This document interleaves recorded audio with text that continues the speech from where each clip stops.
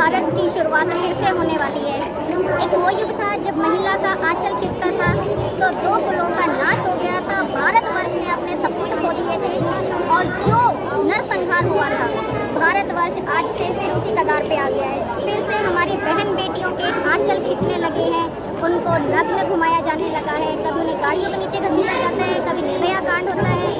और अभी हम पिछले घाव हमारे भरे नहीं थे। 31 जनवरी वाला घाव भी हमारा भरा नहीं था। कंझावला वाली हमारी बहन के साथ जो हादसा हुआ कि ये हमारी मणिपुर की बहनों के साथ उन्हें नग्न अवस्था में घुमाया जाए। अगर उनके आंचल से, उनके सीने से उनका आंचल जरा खिसक जाए तो वो शर्मसार हो जाती है। उनके प्राइवेट पार्ट पे सरेआम लड़के हाथ लगाते हैं। क्या आप उन बहनों की मनस्थिति का अंदाज़ा लगा सकते हैं कि सरकार का नाश इस भारतवर्ष को, जहाँ पर हमारे मोदी जी विदेशों में जाके भाषण देते हैं कि धर्म गुरु बनाएंगे वो हिंदुस्तान को, धर्म गुरु की परिभाषा क्या ये होती है? आज जिस तरह से ना मणिपुर में बेटी बचाए ना घर बचाए, मैं इसे देख रही हूँ कि महाभारत की शुरुआत फिर से होने वाली है।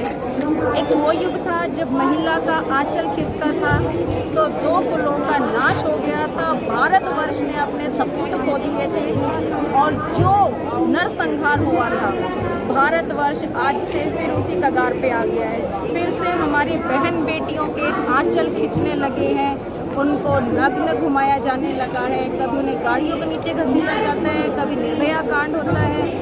और अभी हम पिछले घाव हमारे भरे नहीं थे। 31 जनवरी वाला घाव भी हमारा भरा नहीं था। कंझावला वाली हमारी बहन के साथ जो हादसा हुआ कि ये हमारी मणिपुर की बहनों के साथ उन्हें नग्न अवस्था में घुमाया जाता है। देखिए, महिलाएं बहुत सेंसिटिव होती हैं, बहुत संवेदनशील होती हैं। अगर उनके आंचल से, उनके सीने से उनका आंचल जरा खिसक जाए तो वो शर्मसार हो जाती है। आप उन बहनों की मनस्थिति सोचकर देखिए जिन्हें इस तरह नग्न अवस्था में घुमाया जा रहा है। पुलिसकर्मी साथ घूम रहे हैं और उनके प्राइवेट पार्ट पे सरेआम लड़के हाथ लगा रहे हैं। क्या आप उन बहनों की मनस्थिति का अंदाज़ा लगा सकते हैं? मैम आपने कहा नाश, किसका नाश? मोदी सरकार का नाश। इस भारतवर्ष को, जहाँ पर हमारे मोदी जी विदेशों में जाके भाषण देते हैं कि धर्म गुरु बनाएंगे वो हिंदुस्तान को, धर्म गुरु की परिभाषा क्या ये होती है? जहाँ पर महिलाओं का इस तरह से इतना अपमान आए दिन हुए जा रहा है। और मैं धन्यवाद देना चाहूँगी आप जैसे पत्रकार भाइयों को, जिनकी बदौलत हमें ये न्यूज़ मिली। अदरवाइज़ जो गोदी मीडिया है वो तो हमें ये न्यूज़ हम तक पहुंचने ही नहीं देती। हमें तो पता ही नहीं चल पाता कि भाजपा शासित मणिपुर में इतना जघन्य अपराध हो।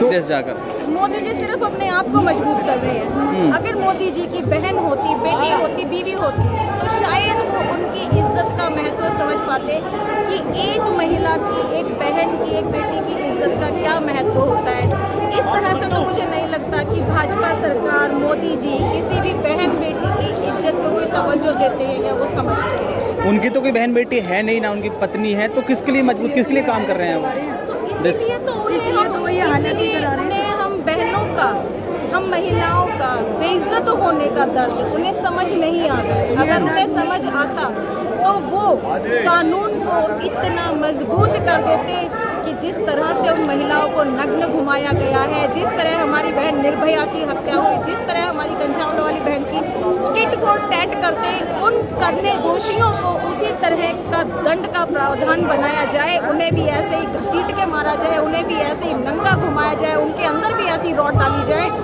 भय होगा तभी मोदी जी अपना कानून कायम कर पाएंगे। पर मोदी जी का कोई कानून व्यवस्था की तरफ ध्यान नहीं है। उन्हें अपनी विदेश यात्राएं, अपने आप को मजबूत करना, अपनी पॉपुलैरिटी के लिए, इसके अलावा उनका कोई ध्यान मुझे नजर नहीं आता। उन शर्मसार है 150%। बहुत ज़्यादा शर्मसार है कि मैं अपील करना चाहूँगी उन सभी मतदाता हमारी बहनों से, पुरुषों से भी, अपने भाइयों से भी मैं ये अपील करना चाहूँगी कि जिस तरह के जघन्य अपराध हो रहे हैं तो अब वो वक्त आ गया है कि इस सत्ता को जड़ से उखाड़ कर फेंक दिया जाए। जो सत्ता महिलाओं का सम्मान नहीं कर सकती, जो राजा अपने देश की माँ बहनों के सम्मान की रक्षा नहीं कर सकता, उसे गद्दी पे बैठने का, उसे सत्ता में रहने का कोई अधिकार नहीं है।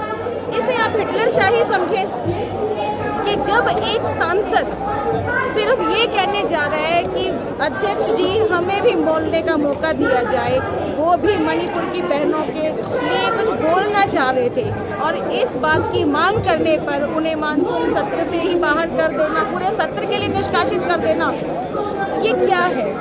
ये ना तो संविधान की कोई यहाँ पर संविधान के हिसाब से हमारा देश चल रहा है, ना ही महिलाओं की सुरक्षा के लिए यहाँ पर एक सांसद तक का अधिकार सुरक्षित नहीं है। बहस तो वो करने के लिए, वो बोलने के लिए ही तो समय मांग रहे थे ना कि अध्यक्ष जी मुझे भी बोलने का मौका दिया जाए। इस बात पे उन्हें सवाल ही पूछ रहे थे। मैं आपको यही तो कह रही हूँ कि जब एक सांसद का ही अधिकार, बोलने का अधिकार, सांसद अपनी आवाज़ कहाँ से उठाएगा? वो संसद में ही अपनी आवाज़ उठाएगा ना। जब उसे संसद भवन में ही बोलने की आज़ादी नहीं है, उसके बोलने पर उसे पूरे सेशन के लिए बहिष्कृत किया जा सकता है, तो ये कौन सा भारतवर्ष, कौन सी ये परिभाषा मोदी जी बता रहे हैं विश्व गुरु बनने की या हिंदू राष्ट्र बनने की या जो भी उनकी बड़ी बड़ी बातें जो वो करते हैं उन सब की, हमें तो कहीं से